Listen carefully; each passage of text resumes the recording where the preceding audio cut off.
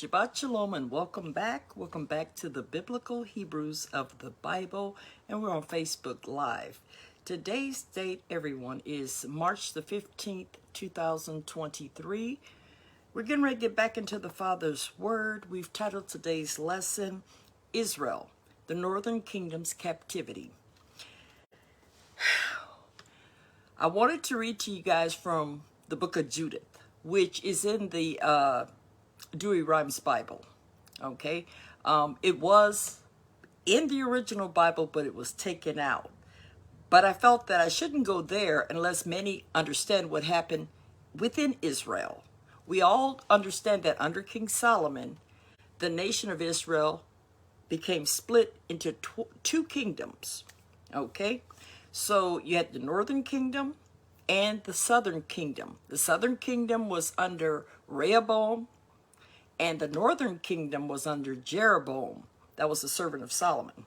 So we know that they went into idolatry right off the bat when you read the book of in the Book of Kings. They don't last too long. And if you're reading the story, you understand that all King Jeroboam did was take a look and say, you know what? I don't want these people, which are all Israel, the 10 tribes that stayed with him. He didn't want them to go back into Jerusalem to do what was rightful and lawful by the law. So he built a tower on the same day, an altar rather, not a tower, an altar, and got the bases of people to make them priests. And we know they went into idolatry quicker than quick. So it talks about where they went and why they had to go. So before I get into the Book of Judith, and this might be a 3-part lesson, I'm thinking, because I'm not going to really rush it. I might get 2 parts done tonight, but I'm going to try to keep my lessons under an hour. So if you want to go to the Father's Word and get some understanding about what happened to the Northern Kingdom, I think this will help also explain who those Gentiles are that you could read about in the Renewed Covenant. But let's go here first. Let's go to Isaiah chapter 7. Isaiah chapter 7, beginning at verse 1. And it came to pass in the days of Ahaz, the son of Jotham, the son of Uzziah, king of Judah, that Rezin, the king of Syria, and Pekah, the son of Remaliah, king of Israel, went up towards Jerusalem to war against it, but could not prevail against it. So you got the king of Assyria siding or getting together with the king of Israel, which was Pekah, to come against Ahaz, the king of Judah. So it says, verse 2, and it was told to the house of David, saying, Syria is confederate with Ephraim, and his heart was moved, and the heart of his people, as the trees of the wood are moved with the wind. Then said the Lord unto Isaiah, Go forth now to meet Ahaz, thou and Sherejabbehub thy son, at the end of the conduit of the upper pool in the highway of the fuller's field. Now the fuller's field, you go look it up in the Strong Concordance, it's just saying this is a place where things get cleaned out. Okay, I'm not going to go deep into those words, but you can look them up in the Strong Concordance. So this fuller's field, which is where they were supposed to go, was a place where things were getting ready to get cleaned out. Verse 4, and say unto him, say this to the king of Israel. Okay, take heed and be quiet, fear not, neither be faint-hearted, for the 2 tails of these smoking firebands are actually, this should have been said to king of Judah, but, and say unto him, take heed and be quiet, fear not, neither be faint-hearted, for the 2 tails of these smoking firebrands, for the fierce anger of Rezin with Syria, and of the son of Remaliah. So the smoking firebrands represent it's fading out, is fizzing out. There's no power there. So he's telling him, don't worry about the king of Syria nor the king of Judah. I mean, the king of Israel. Don't worry about those two. Now, they're in this fuller's field. What's going to transpire here? So in 5, it says, because Syria, Ephraim, and the son of Remelah have taken evil counsel against thee, saying, let us go up against Judah and vex it, and let us make a breach therein for us. So the king of Judah wants to blend itself with a foreign king to come against his brother Judah. So he says, verse 6, let us go up against Judah and vex it, and let us make a breach therein for us, and set a king in the midst of it, even the son of Telabiel. Now, Telabiel was the wicked king, a foreign king. That was the king of Assyria. So that's what he was saying. So let's go a little further. Verse 7. Thus said the Lord God, it shall not stand. What they're plotting to do, don't be worried about it, because it shall not stand. Speaking of his brother Israel. Okay? That's not going to stand. Neither shall it's going to come to pass. For the head of Syria is Damascus, and the head of Damascus is Rezin. And within 65 years shall Ephraim be broken. And that was Israel, the northern kingdom. That it be not a people. I got to stop there for a second, because that's what the Father was telling the king of Judah about the king of Assyria siding and coming together in confederacy with the king of Israel. They're going to come against us to fight us. But the Father said, don't worry about it. Because he said, this Ephraim, verse 8, for the head of Syria is Damascus, the head of Damascus is Rezin, and within 65 years shall Ephraim be broken, that it be not a people. So many times people read within the scriptures thinking it's bringing everybody in the whole world, because you say these people were not called the Father's people. Speaking of everybody in the whole world, for God loved the whole world, he gave his only begotten son. No. When you go even to Romans, it's talking about someone who wasn't called the Father's people. So I'm going to just take you a couple places to bring it all in. You can go to 3 places, actually 4. If you go to Hosea 1 and 9, Hosea 2 and 1, Hosea 2 and 23, then you can go to Romans 9:25 and 1 Peter 2 and 10. And it's going to give you an understanding of who was the Father speaking to. Was it everybody in the world, or was it to those who were his beloved, were no longer called his beloved, and called basically heathens, Gentiles? He was getting ready to vex them, get them away from him. Not that he wasn't going to come back for them, but he was going to punish them. So it tells us, this is, let's see, the way they have it listed, I already can't take. But it says, say to your brethren, you are not my people, and to your sisters, you have received, say, this is backwards. Say to your brethren, you are my people, and to your sisters, you have received mercy. You go down to verse 23 of Hosea 2, and it says, and I will sow for her myself in the land, and I will have mercy on no mercy. And I will say to not my people, you are my people. And he shall say, you are my God. Verse 25, as indeed he say in Hosea, those who were not my people, I will call my people. And her who was not beloved, I will call beloved. Once you were not a people, but now you are God's people. Once you had not received, wait a minute, this print is small. I'm sorry, family. I'm going to read it again. This is verse 10. I think this is 2 Peter. 1 Peter 2nd chapter, verse 10. It says, once you were not a people, but now you are God's people. Once you had not received mercy, but now you have received mercy. Still talking about the old covenant, Okay, this was the northern kingdom. So he said he was going to bring in the Gentiles. And the only ones you ever hear about who were not claiming to be Gentile during the time that Yahushua Christ walked this earth were the lineage of Judah. Everybody else, even the woman at the well, was from the northern kingdom, because she told you, this is our forefather Jacob's well. Okay? So I want just to give a little clarity to that. Since it was in the scriptures, I felt like we need to talk about it because Isaiah talked about it. So you should know.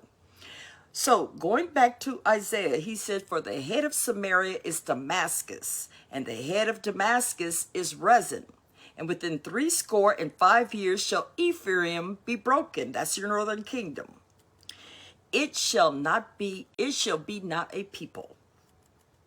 Then he says, verse 9, and the head of Ephraim is Samaria. That was under Jeroboam, the northern kingdom. And the head of Samaria is Remaliah, son. Okay? If ye will not believe, surely ye shall not be established. Moreover, the Lord spake again unto Ahaz, saying, this was the king of Judah, ask thee a sign of the Lord thy God. Ask it either in the depths or in the heights above. But Ahaz said, I will not ask, neither will I tempt the Lord. And he said, hear ye now, O house of David. Is it a small thing for you to weary men? But will ye weary my God also? Therefore the Lord himself shall give you a sign. Behold, a virgin shall conceive and bear a son, and shall call his name Emmanuel. Because what the king of Israel wanted to do was set up the Assyrian king. That's what he wanted to do. So the father's saying, I'm going to give you a sign for what's going to happen. And that is the Emmanuel, God with us. In the old covenant, it's I. But in the renewed covenant, it's E. For Emmanuel, God with us. That's why when I went to the book of John, and I said, just like it reads, in the beginning was the Word, and the Word was with God, and the Word was God. So if you go down to the 14th verse, it says, and the Word manifested in the flesh and dwelt among us. That was God with us, God in the flesh, Jesus. So we're seeing here that the Father says he's going to give a sign, and that sign is going to be his son coming into this earth. He says, verse 15, butter and honey shall he eat, that he may know to refuse the evil and choose the good. For before the child shall know to refuse the evil and choose the good, the land that thou abhorrest shall be forsaken of both her kings. Now, we knew that before they really understood Yahushua, we know that both the northern and southern kingdoms did get out of the land. But in this verse particularly, I think they're speaking of to the situation at hand, which would have been the king of Assyria and the king of Israel. So he says, for before the child shall know to refuse the evil and choose the good, the land that thou abhorrest shall be forsaken of both her kings, both those two kings, the wicked kings. So in verse 17, it reads, the Lord shall bring upon thee and upon thy people and upon thy father's house days that have not come, from the day that Ephraim departed from Judah. And that you can read in the book of Kings under Jeroboam. Okay, they went with Jeroboam, and only a few, Benjamin, Levi, and Judah, stayed in Jerusalem. So he says, let me get there again, 17. The Lord shall bring upon thee and upon thy people and on thy father's house days that have not come, from the day that Ephraim departed from Judah, even the king of Assyria. That's who he's going to bring up against the northern kingdom. So he says, and it shall come to pass in that day that the Lord shall hiss the fly that is in the uttermost part of the river Euphrates, and the bee that is in the land of Assyria. So he's going to use the Assyrians to capture his people, Israel, for disobedience. So he says in verse 19, and they shall come and shall rest all of them in the desolate valley, and in the holes of the rocks, and upon all thorns, and upon all bushes. Now it's funny, when you read verse 19, and we're going to get to the book of Judith, you're going to see how they were living and fleeing into the mountains. You're going to see this. So this is just telling you what's going to happen to Israel. Okay, I don't know if I said Judah, but Israel. So it says, in the same day shall the Lord shave with a razor that is hired, namely, by them beyond the river, by the king of Assyria, the head, the hair of the feet, and it shall also consume the beard. So he's basically saying that they're going to totally consume Israel, the northern kingdom. He says in verse 21, and it shall come to pass in that day that a man shall nourish a young cow and 2 sheep. And it shall come to pass for the abundance of milk that they shall give, he shall eat butter. For butter and honey shall every one eat that is left in the land. And what they're talking about is that remnant, okay? That remnant that will eat. It says a young cow and 2 sheep. But it's talking about, let me take it to Romans 9:27. Here's what Isaiah said. In Romans 9, verse 27, Isaiah also cried concerning Israel. Though the number of the children of Israel be as the sands of the sea, a remnant shall be saved. And that is the remnant when we go back and read Isaiah 7, verse 21. He's talking about that remnant. I'm going to read it again. He says, and it shall come to pass in that day that a man shall nourish a young cow and 2 sheep. And it shall come to pass for the abundance of milk that they shall give, he shall eat butter. For butter and honey shall every one eat that is left in the land. But now he's going to tell you about this other group of people. Let's go a little bit further. Verse 23. Remember, when you read the Bible, our Father's Word, he's always talking about punishing the wicked and raising up the righteous. Throwing the wicked away and being with the righteous, seeing to all their needs. You know, he always separates, if you're not going to listen, he's going to separate you from the righteous branch. And he always had a righteous branch. He never left Israel without a righteous branch. So now we're going to hear about the wicked branch. Do the wicked come back in? Yeah. When you go to the Apocalypse of Abraham, I read it to you guys a long time ago, and it said that even some of those who derive from Azazel will be counted on the Father's side in the garden. This is basically what it's talking about here. He wants to chastise you, not to kill you off, but so that you can learn from your corrections, your punishment coming back to him. Just like in the book of Judges. I mean, these are the same stories over and over. When Israel got wicked, then the other nations were allowed to do whatever they wanted to Israel. And then what did Israel do? They cried out to the Father. Same thing when we were in Egypt. Same thing. So right here, he talks about the wicked. He says, and it shall come to pass that in that day, that every place shall be where there were 1,000 vines at 1,000 silverlings, it shall even be for briar and thorns. So he said the righteous will be still covered, and they're going to get what they need. They're going to be like that tree in Jeremiah that's planted by the water, is flourishing, while hell's breaking loose everywhere else. There's nothing new beneath the sun. So right here he says to the wicked, he says, and it shall come to pass in that day that every place shall be where there were 1,000 vineyards or vines at 1,000 silverlings, it shall be even for briar and thorns. With arrows and with bows shall men come thither. Now, these are the locust army, many will say. This is the Syrian army. He says, with arrows and with bows shall men come thither, because all the land shall become briars and thorns.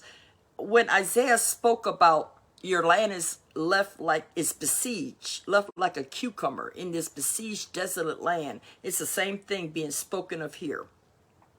So verse 25 says, and on all hills that shall be digged with the matlock, there shall not come thither the fear of briars and thorns, but it shall be for the sending forth of oxen and for the trending of lesser cattle. And I'm going to take you to Isaiah 8, just a little bit more background onto what happened to the northern kingdom. And when we get into the book of Judith, this should really give you a little bit more understanding of what happened. So in Isaiah 8, he continues, he says, verse 1, moreover, the Lord said unto me, take thee a great roll and write in it with a man's pen concerning, I can't even pronounce this word, but I'm going to try to. Mahira Shala Has Baz. Okay. And I'm going to tell you what that word means. When you go look it up in the Strong Concordance, it means swift is booty, speedy is prey.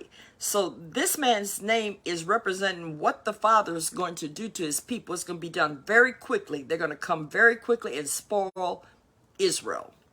So going back to our lesson, Isaiah 8, moreover the Lord said unto me, take thee a great roll and write in it with a man's pen concerning Maher Shala Has-Baz. And I took unto me faithful witness to record, Uriah the priest and Zechariah the son of Jeroboam. Verse 3, and I went unto the prophetess, and she conceived and bare a son. Give me a second, family. It never fails. About this time of night, my sinuses get the best of me. Hold on. Okay, let's get back. So we're in Isaiah chapter 8, verse 3. And I went unto the prophetess, and she conceived and bare a son. Then said the Lord to me, call his name, and that's the name, Maher Shala Has-Baz. For before the child shall have knowledge to cry, before this happens, my father and my mother, the riches of Damascus and the spoils of Samaria shall be taken away before the king of Assyria. So that was the prophecy that was spoken into existence. It was going to happen. Verse 5, the Lord spake also unto me again, saying, for as much as this people refuseth the water of Shiloh, that goeth softly, and rejoice in Rezin and in Ramallah's son, now therefore, behold, the Lord bringeth up upon them the waters of the river, strong and many, even the king of Assyria. So he's using metaphoric words to talk about this is how this man's going to come. And when he come, he ain't leaving nothing. Okay, he's going to totally consume. So this is the king of Assyria. It says, and all his glory, and he shall come up over all his channels and go over all his banks, talking about Israel's. And he shall pass through Judah. He's going to go through Judah, but he shall overflow and go over. He's not harming Judah at this point. He's going for Israel. So it says, and he shall pass through Judah. He shall overflow and go over. He shall reach even to the neck, and the stretching out of his wings shall fill the breadth of thy land, O Emmanuel. Associate yourselves, O ye people, and ye shall be broken in pieces. And give ear, all ye of far countries, gird yourselves, and ye shall be broken in pieces. Gird yourselves, and ye shall be broken in pieces. Take counsel together, and it shall come to naught. Speak the word, and it shall not stand, for God is with us. Okay, God is with Judah. not with Israel, and Israel consorting with the enemy to come against his brethren. So that's what's being said here. He's not with you. The God is with us. Judah, okay, the southern kingdom.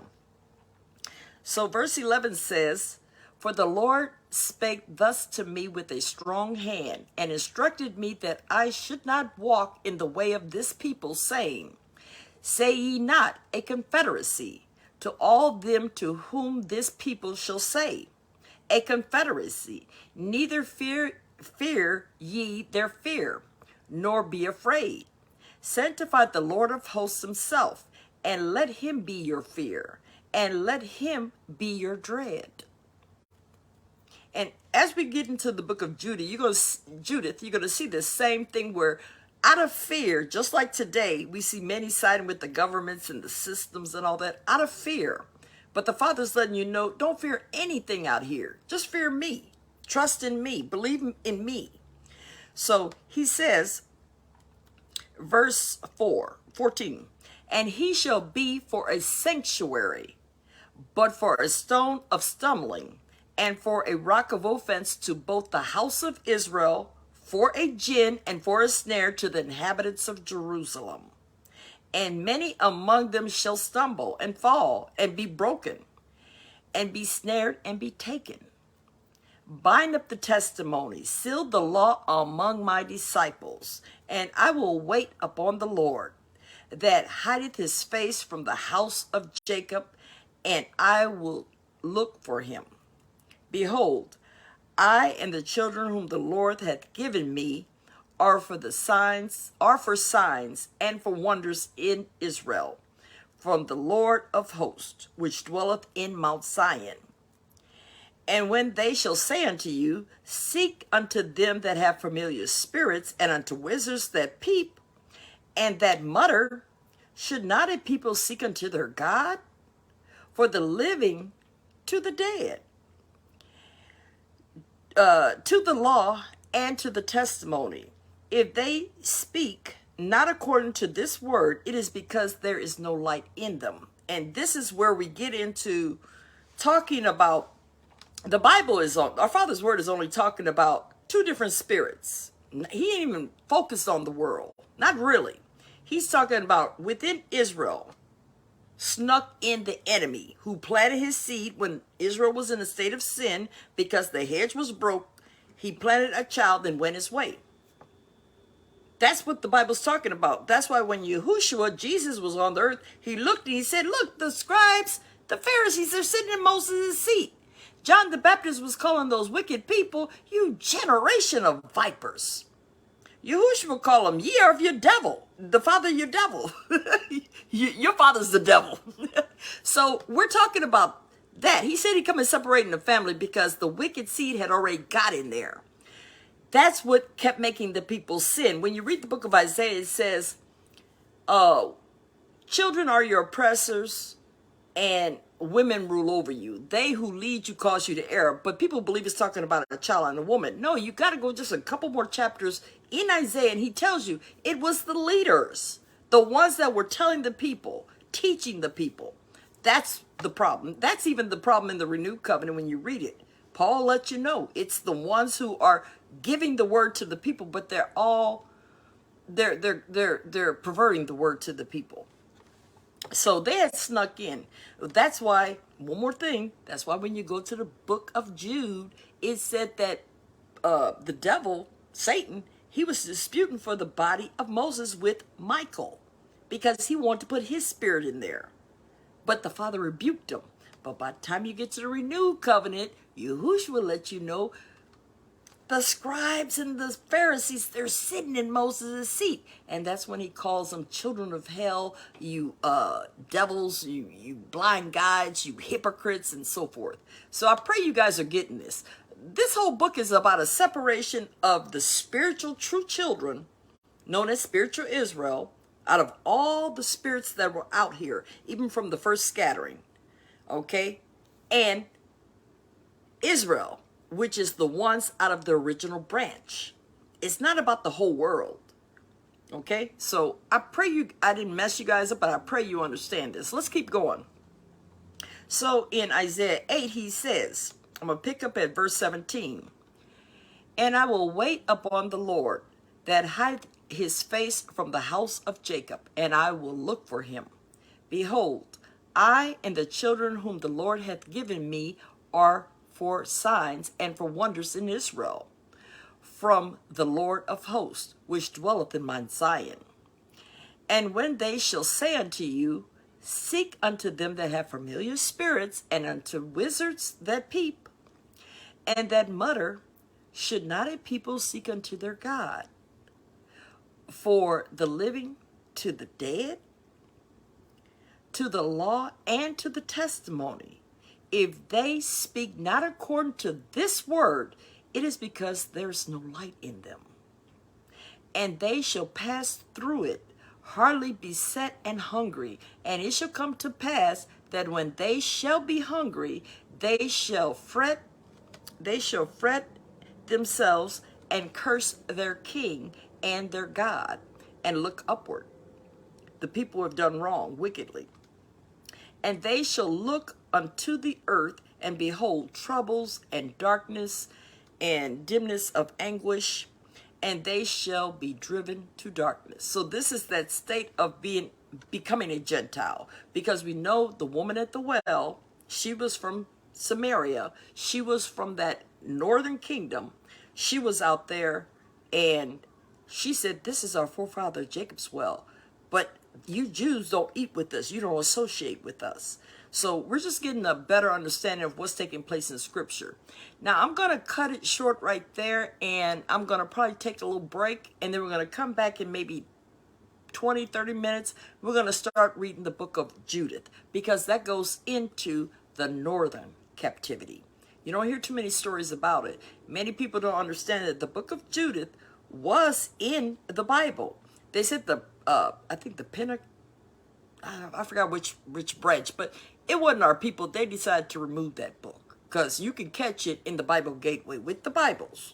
It's just a apocryphal book, they call it, but that was in there. And just by us reading it, you're going to get some understanding why they removed these books. So join me in about, I'd say, a half an hour. We're going to get right back and finish this. All right, share, okay? Give this lesson. It's going to be a part 1, part 2, part 3 probably. You know, pass this lesson out, repost the lesson, do what you got to do. Let's get the truth of what's in the Scripture and what happened to that northern kingdom and why they have to take these books out. All right, family, be blessed. Shalom.